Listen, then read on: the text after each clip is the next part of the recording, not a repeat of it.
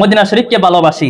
রাসূলুল্লাহ সাল্লাল্লাহু আলাইহি ওয়াসাল্লাম ইরশাদ করলেন, যে ব্যক্তি স্বেচ্ছায়, দেখেন একটা হচ্ছে জোর কইরা এই যা মদিনা শরীফ যা, এরকম নবীজি কয়, মান জারানি মুতামিদান কানা ফি জাওয়ারি ইয়াউমাল কিয়ামাতি ওয়া মান সাকানাল মাদিনাতা ওয়া সাবারা আলা বালাইহা কুনতু লাহু শাহিদা।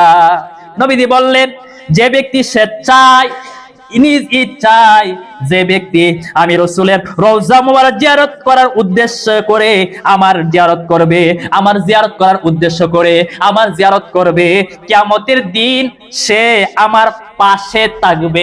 সুবহানাল্লাহ। যে স্বেচ্ছায় নিজের ইচ্ছায় আমি রাসূলের রওজা জিয়ারত করবে, কিয়ামতের দিন সে আমার পাশে থাকবে। সুবহানাল্লাহ।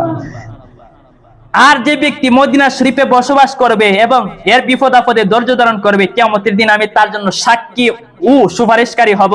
আর যে ব্যক্তি মক্কা ও মদিনা দুই হারামের যে কোনো হারামে মৃত্যুবরণ করবে, হোক মক্কাতে মৃত্যুবরণ হোক মদিনাতে মৃত্যুবরণ, কিয়ামতের দিন আল্লাহ নিরাপত্তা প্রাপ্ত ব্যক্তিদের অন্তর্ভুক্ত করে দিবেন, অর্থাৎ আল্লাহ তারে নিরাপত্তা দিবেন, জান্নাত হিসাবে কবুল করে নেবেন। ইবনে উমর রাদিয়াল্লাহু